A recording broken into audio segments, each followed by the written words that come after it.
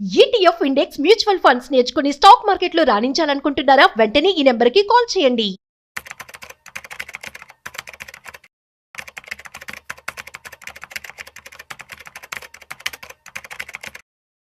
నమస్తే, welcome back to Suman TV. ప్రస్తుతం మనతో పాటు ఉన్నారు stock market analyst Sundararam Reddy గారు. నమస్తే సార్. నమస్తే మ్యామ్. సార్, మరి గోల్డ్ ప్రైస్ ఇంతలా ఉంది కదంటే 1,00,000 వరకు వచ్చేసింది కాబట్టి కొంతమంది ఆలోచన ఎలా ఉంటుందంటే, లేడీసే కానీ జెంట్సే కానీ మన దగ్గర ఉన్నటువంటి పాత బంగారాన్ని ఈ టైంలో అమ్మేసి కొత్తది కొనుక్కుంటే అంటే అలాంటి చేస్తే గనక నష్టాలు ఎంతవరకు ఉంటాయి, లాభాలు ఎలా ఉంటాయి అంటారు? ఒకటి అండి, ఎందుకు అమ్ముదాం అనుకుంటున్నారు అంటే కొత్త డిజైన్స్ కోసం షిఫ్ట్ అవుదామనా, లేకపోతే ప్రైస్ బాగుంది కాబట్టి అమ్మేసుకొని రేపు పొద్దున డ్రాప్ అయితే మళ్ళీ కొందామనే? కొంతమంది ఏంటంటే పాత బంగారం అమ్మితే మనకి డబ్బులు ఎక్కువ వస్తాయి, ఇప్పుడు ఇంత ప్రైస్ ఉంది కదా, ఎప్పుడో కొన్న వాళ్ళు ఉంటారు కదా సార్. అవును, ఒక 6-7 years బ్యాక్ కొన్న వాళ్ళు ఉంటారు. ఆ అమౌంట్ తోటి ఏం చేస్తారంటున్నా, ఆ అమౌంట్ తో మళ్ళీ కొత్త బంగారం మళ్ళీ కొత్త బంగారాన్ని తీసుకోవడానికి. రైట్. మీరు ఎప్పుడైనా కొత్త బంగారం కొనుక్కుంటున్నారు అంటే పాత డిజైన్స్ నచ్చక కొత్త వాటికి షిఫ్ట్ అవుతుంది తప్ప రేటు గురించి కాదు అక్కడ. అంతే కదా, ఓల్డ్ బంగారం మారుస్తున్నామంటే ఆ డిజైన్స్ నచ్చక బోర్ కొట్టేసేసి కొత్త డిజైన్స్ లేటెస్ట్ మోడల్ కి అప్డేట్ అవుతున్నారు, అంతే కదా. మీరు ఎప్పుడైనా గోల్డ్ ని కొత్త డిజైన్స్ కి మారుతున్నప్పుడు ఒకటి మీకు మేకింగ్ ఛార్జెస్ ఎక్స్ట్రా ఉంటాయండి. అది ఎనీవేర్ బిట్వీన్ 10 to 20% దాకా ఉంటాయి, డిపెండింగ్ అపాన్ ద డిజైన్స్ బట్టి. తనుష్క లాంటికి వెళ్ళారంటే 20-25% ఇస్తుంటాడు మేకింగ్ ఛార్జెస్.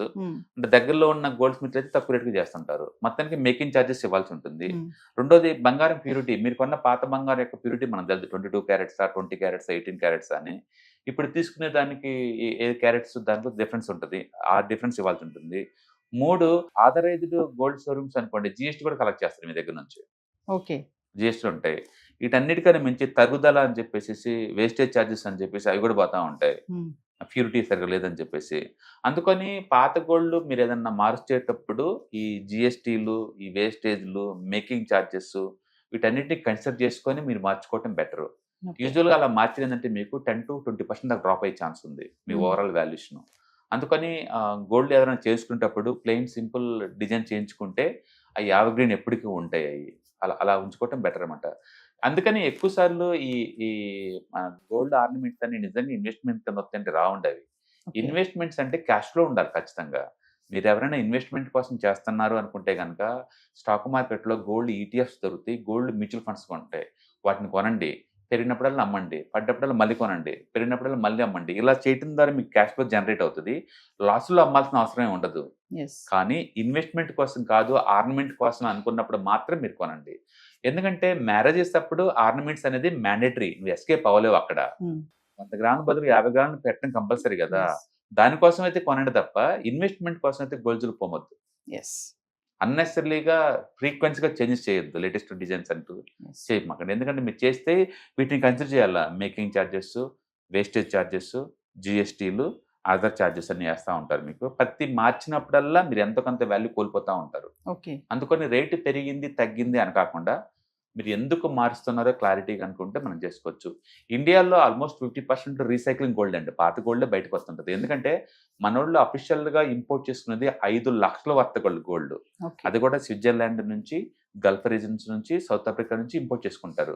100కి 100% మన దగ్గరకు వచ్చేది మొత్తం కూడా బయట నుంచే వస్తుంది. 5 లక్షల కోట్ల వర్తది.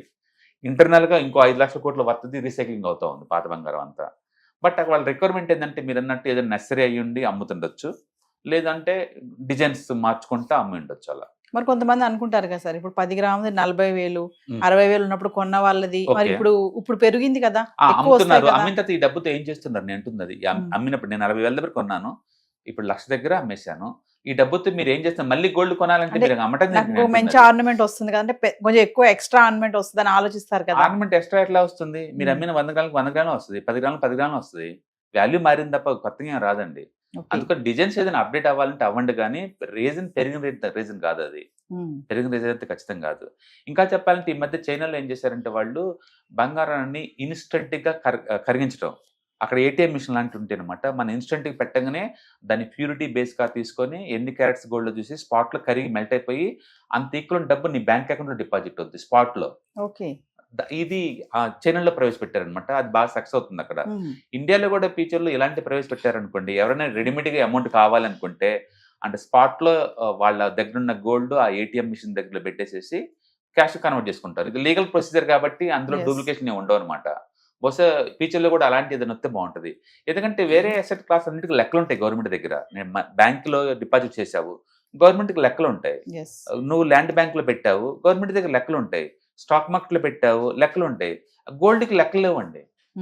ఇండియాలో 24,000 టన్నుల గోల్డ్ ఉందనే కానీ ఎవరి దగ్గర ఉంది, ఎలా మూవ్ అవుతుందో కూడా ఎవరికి గవర్నమెంట్ ట్రాకింగ్ లేదండి. ఎస్. అందుకని ఈ ఎసెట్ మీద ఎవరికి కంట్రోల్ లేవు. అందుకని లాస్ట్ ఇయర్ 35% పెరిగినా కూడా ఈ పెరిగిన బెనిఫిట్ ఎవరైనా నిజంగా పొందుతున్నారా అంటే ఎవరి దగ్గర వాళ్ళు పెరిగింది అని అనుకోవటమే తప్ప వాళ్ళు దాన్ని ఏమి ఎంజాయ్ చేయట్లేదు అక్కడ. ఎస్. ఎందుకంటే క్యాష్ ఫ్లో లేదు కదా, క్యాష్ ఫ్లో ఏం లేదు. అంటే మ్యారేజ్ ఏదైనా ఇంట్లో వాళ్ళకి అవుతుంటే అప్పుడు ఆ గోల్డ్ వాడుకోవటం తప్ప అదర్వైజ్ దానివల్ల ఏమి ఉండదండి. ఎస్. అది పెరిగిన నోషనల్ పేపర్ లాస్ లో పేపర్ గెయిన్ ఉంటాం కదా, అలాగని ఇది కూడా నోషనల్ గెయిన్ కింద లెక్క అంతే. సో అట్లా చేస్తే మాత్రం నష్టమే కానీ లాభం అయితే ఏముండదు అంటారు. ఫ్రీక్వెన్సీగా మీరు ఆర్నమెంట్స్ మార్చడం వల్ల చాలా లాస్ ఉంటుంది. ఫ్రీక్వెన్సీగా అదే దాని ఇన్వెస్ట్మెంట్ అనకూడదు, మనం వేస్టేజ్ ఎక్కువ ఉంటుంది. కాబట్టి ఇన్వెస్ట్మెంట్ అంటే ఏంటంటే క్యాష్ ఫ్లో ఉండాలి. దాని ద్వారా ఎంతకంత అమౌంట్ మనకి బ్యాక్ వస్తూ ఉండాలి. ఇల్లు కొని రెంట్కి ఇచ్చావు, ఎంతకంత క్యాష్ ఫ్లో ఉంది. బ్యాంక్లో మనీ డిపాజిట్ ఇచ్చాను, ఎంతకంత క్యాష్ ఫ్లో ఉంది. అదే గోల్డ్ ETF మ్యూచువల్ ఫండ్ కొన్నాను, ఫ్రీక్వెన్సీగా అప్పుడప్పుడు అమ్ముతా ఉంటాను, పడ్డప్పుడు కొంటా ఉంటాను, క్యాష్ ఫ్లో ఉంది. గోల్డ్ ఫిజికల్ గా ఆర్నమెంట్ రూపంలో కొంటే క్యాష్ ఫ్లో ఎక్కడ ఉంది, స్టక్ అయిపోయింది మొత్తం.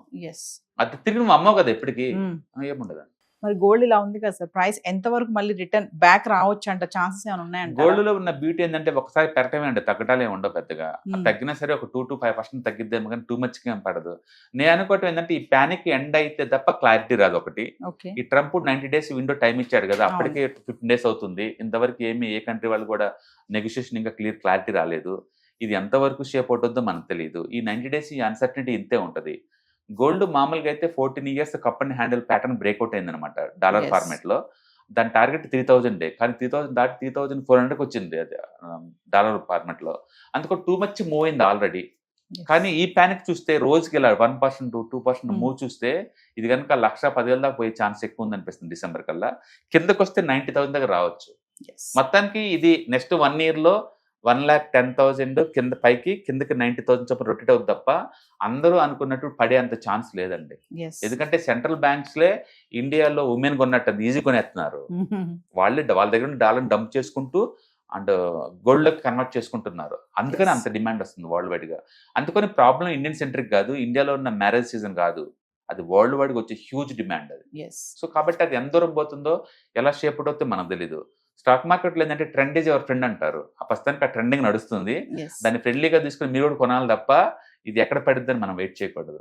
ట్రెండ్ కంటిన్యూ అవుతుంది. మేబీ 1,10,000 అలా రావచ్చు. ఇప్పటికైతే అది ఆగిద్ది అంటానికి ఎలాంటి సింటమ్స్ కనపట్టలేదండి. అక్కడ డాలర్ డ్రాప్ అవుతుంది, ఇది ఇలా పెరుగుతుంది. బహుశా ఇది ఆగితే ఇది ఆగచ్చు, ఇది పెరిగితే ఇది పడచ్చు. అంటే ముందు మరి అక్షయ తృతీయ ఉంది కదా సార్, ఇప్పుడు కొనొచ్చు అంటారా? అప్పటి వరకు ఆగితే ఏమన్నా? నేను అంటున్నదే, మీరు ఇన్వెస్ట్మెంట్ కోసం కొంటున్నారా లేదా ఆర్నమెంట్ కోసం కొంటున్నారా? ఇంట్లో మ్యారేజ్ కోసం ఆర్నమెంట్ అయితే మ్యాండేటరీ, ఎస్కేప్ అవ్వలేరు. ఇన్వెస్ట్మెంట్ కోసం అయితే పోస్ట్ పోన్ చేసుకోవచ్చు కదా కావాలంటే. ఏదైనా సరే SIP ఫార్మేట్ లో కొంటే బ్యూటీ ఏంటంటే పడ్డా పెరిగినా అన్ని బ్యాలెన్స్ అవుతుంటాయి కాబట్టి మనకు వచ్చే పని లేదు. రెండోది, నీకు 12 to 12% కావాలంటే గోల్డ్ లో పెట్టచ్చు, అంతకంటే ఎక్కువైతే మనం ఎక్స్పెక్ట్ చేయలేము. Last year too much gold పెరిగింది కాబట్టి ఈ సంవత్సరం అంత పెరగడం ఛాన్స్ లేదు. కానీ వరల్డ్ వైడ్ కండిషన్స్ అన్ని ప్రస్తుతానికి గోల్డ్ కి కన్వీనియంట్ గా ఉన్నాయి కాబట్టి అది ఎంతలోనే పోవచ్చు. అది ఎంత అనేది మనకి డాలర్ ఇండెక్స్ మూవ్మెంట్ బట్టి ఉంటుంది. హాయ్, మీరు స్టాక్ మార్కెట్ కి కొత్త లేదా మీరు మార్కెట్ లో ఉన్నా సరే మనీ మేక్ చేయడం టఫ్ గా ఉందా? అంటే స్టాక్ మార్కెట్ లో ఎన్ని సంవత్సరాలు ఉన్నా సరే ఇంకా బ్రేకింగ్ ఏం రావట్లేదా? లేదా మీరు పెద్ద మొత్తంలో స్టాక్ మార్కెట్ లో మెయింటైన్ చేయాలనుకున్నారా? మీ పొజిషన్ ఏదైనా అయి ఉండొచ్చు. స్టాక్ మార్కెట్ లో కనుక లాంగ్ టర్మ్ లో మనీ మేక్ చేసుకోవాలనుకుంటే షార్టెస్ట్ పాసిబుల్ వే అంటే ETFs, index funds, mutual funds ద్వారా లిటిల్ బిట్ ఈజీగా ఉంటుందన్నమాట. కాబట్టి మీకు ఎవరికైనా ఇంట్రెస్ట్ ఉందంటే ETFs, index funds and mutual funds నేర్చుకోవడానికి ఇది బెస్ట్ పాసిబుల్ వే ఏంటంటే ETFs, index funds and mutual fund course. ఇది ఎవ్రీ మంత్ వీకెండ్స్ లో సాటర్డే, సండే, మండే ఇలా 3 రోజుల్లో daily 2 hours totally 6 hours programme ద్వారా నేర్పడుతుంది. ఇంట్రెస్ట్ ఉన్న పార్టిసిపెంట్స్ కింద స్క్రోల్ అవుతున్న నెంబర్స్ ని కాల్ చేయడం ద్వారా లేదా రిజిస్టర్ చేసుకోవడం ద్వారా మీ సీట్ ని బుక్ చేసుకోవచ్చు.